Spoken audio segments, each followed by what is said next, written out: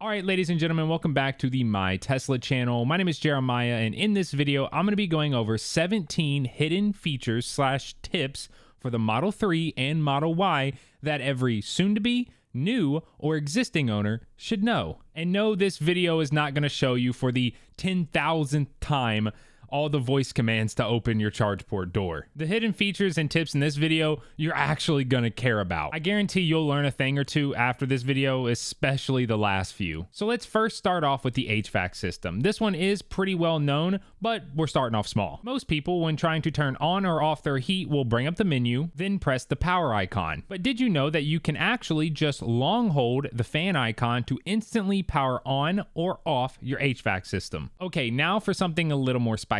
Have you ever wondered what would happen if your Tesla hit 0% while you were driving? Well, the answer is nothing, sort of at least. Every newer Tesla, or ones that were made within the past few years, come with a 3 kilowatt hour buffer at the bottom once you reach 0%. Now, depending on your efficiency, this can mean anywhere from 10 to 20, if not more miles that you can travel. A better way to tell when your car is actually about to die is by looking at the regen and consumption bar. Most people have seen the dots on the regen side when regen is limited due to cold weather, being charged to 100%, or whatever it might be. But these dots will also appear on the consumption side. You essentially have until these dots reach the middle of the bar before your Tesla actually dies. And even then, it won't actually die, as if it actually died, that it'd never turn back on, but you just won't be able to go any further. Now, speaking of those dots and limited regen, within a recent update, Tesla added an option to merge your friction brakes with regen. Once toggled on, if regen is limited, the car will merge them together, that being regen and your friction brakes, to bring you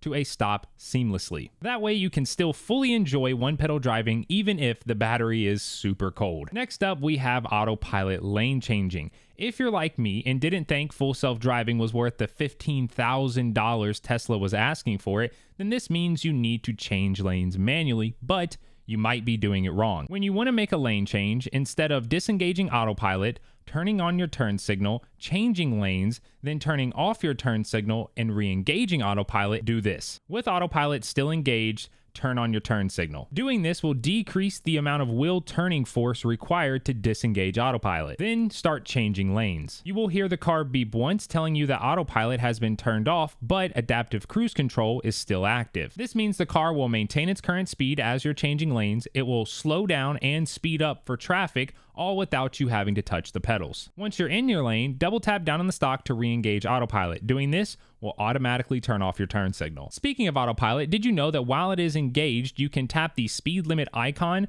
to automatically set your speed to whatever the speed limit is? Building off this, almost everyone knows the slow scroll for 1 mile per hour increments and the quick scroll for 5 mile per hour increments. But did you know that while you're on Autopilot, if you use the accelerator to manually speed up, you can quick scroll to immediately increase your speed to your current higher speed. Next up is going to be your trunk height. Some people know this, but most people are doing it wrong. If you're ever in a situation where you don't want your trunk opening all the way, do this. First, open your trunk and let it open all the way. Then pull it down to your desired height. Then press and hold the trunk close button, the one located on the inside, until you hear it beep. Now, every time you open your trunk, it will only go to that height. I've seen some people quickly pressing it at whatever height they want the trunk to stop and then pressing and holding the button, but you don't need to do that. Just pull it down. Now let's dive into the phone app real quick. There's a lot of things that this app can do, and one of my favorite things is the quick controls. Most people only have 4 quick controls, but did you know that you can actually have 5? Go into editing mode and drag your 5th desired quick control to the far right. Whenever you see the highlighted section appear just outside your screen, release. Congrats, you now have 5 quick controls. Also thought I'd mention that the 5th quick control does indeed appear in the widget. Now, speaking of quick controls, with one of the latest Tesla software updates, you now have the option to unlatch your driver's side door via the app. This is very helpful if the door handle were to ever fail on the driver's side door or if it was iced over. Last thing about the phone app, and this isn't really for the Tesla app, but more for your phone itself. Go into whatever normal maps or navigation system you use, so Google Maps, Apple Maps, etc. Find the destination that you want to go. Here you will see the Tesla icon.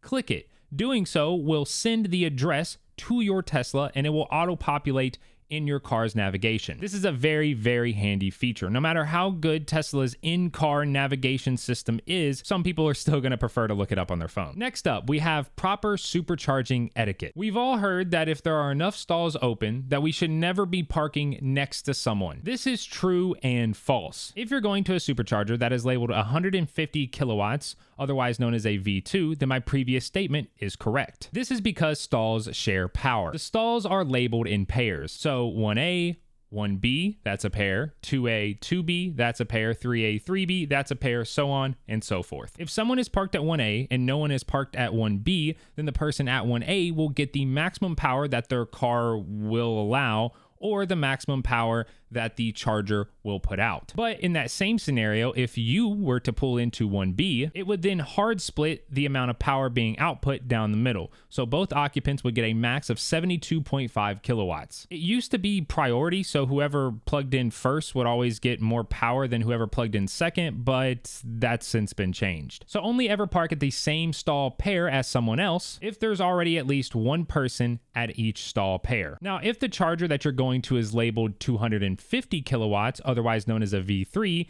then throw everything I just said out the window. They don't share power. You can park wherever. Staying on the topic of supercharging, if you're on a road trip or you're just trying to be fast, stop charging to 100% or the top part of the battery. For example, 20% of your battery is going to take you the same distance no matter what part of your battery it comes from. So either 100 to 80% or 30 to 10%. But what is different is the charging time going from 80 to 100 is much, much longer than going from 10 to 30. When the trip planner in your car tells you that you can continue your trip, it's strategically calculating the furthest supercharger you can get to with the lowest state of charge upon arrival. And this is because, like I just said, you charge faster at a lower state of charge. Stopping more often with faster charging trips will always beat stopping less often with longer charging trips. Now, I do understand overcharging when the car predicts your next destination arrival state of charge at less than 10%, so it's completely fine to charge up an extra 5-10% just in case, but anything over that and well, you're kind of just wasting time. Okay, now let's hop into the driver's seat. Did you know that you actually do not need to fully stop the car and press the brake to change gears? As long as you're going 5 miles per hour or less, you can shift from drive to reverse and vice versa. This is very handy for quickly backing into places, 3-point turns, and a lot more. Staying inside the car, let's go ahead and take a look at your screen. Most people use the screen by just tapping on whatever they're trying to do, but did you know that some things on the screen actually have swipe gestures? Instead of tapping left or right to control your HVAC temp, press and drag left or right. Volume is another one. Just drag left or right, though the volume is mainly for the passenger as the driver has the little scroll wheel. Now, the navigation also has these gestures. If you have your home and or work address set, you can just swipe on the nav box to immediately navigate to those destinations. The car can also tell where you're at. So if you're at home, swiping right and down will take you to work, and vice versa. If you're at work, swiping right and down will take you to home. Now, most people are aware that you can change between battery percentage and miles by just tapping it. But did you know that the battery reading it tells you is extremely inaccurate and shouldn't really be used except for 2 specific use cases? The miles it displays is your EPA range, or what Tesla thinks you'll get under their testing conditions. 99% of the time, you will never get what Tesla thinks you should get under their conditions because their conditions are different than your conditions. So having inaccurate information up on the screen is just pointless. The battery percentage, however, is accurate, or at least much more accurate than the miles. The only time miles should ever be used is if you're charging to 100% and want to compare what your EPA was versus what it is now to gauge something like degradation. But even that can be extremely spotty due to all the different factors that are going into play. The other reason would be comparing it to your estimated range for a gauge on your efficiency. Speaking of estimated range, this is the range that you should be looking at. This can be found by going into the Energy app. Set it to the last 30 miles and it will tell you how far you should go based on your last 30 miles of driving.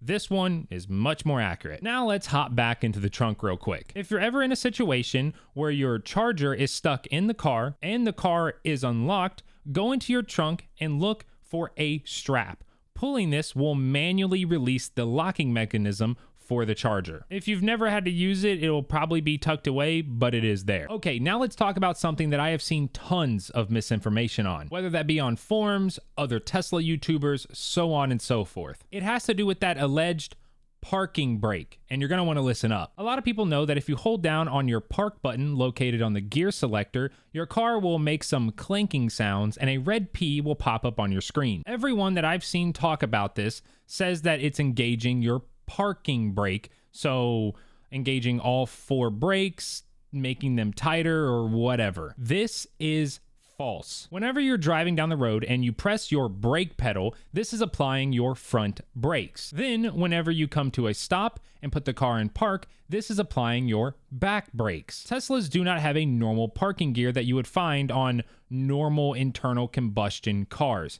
They can only park by engaging brakes. If you were to hold the parking button down on the gear selector while in park, the only thing it's going to do is disengage your back brakes and re-engage them. This is why some people hear a weird sound and they think that it's applying all 4 brakes or tightening the brakes or whatever it might be. They're used to only hearing the back brakes engage when they go into park or disengage when they come out of park, but not both back to back at the same time. So yes, holding your parking button down while parked is pointless because your parking brake is already engaged, that being your back brakes. The only time that you should hold this button down when parked is if you get a pop-up on screen telling you that your parking brake functions have been degraded. This message could be caused by a bunch of different things, but just to make sure that your car is actually in park, because remember, Teslas only really are parked when their back brakes are engaged, hold down the button to disengage and re-engage. But that is still not the holding down the parking buttons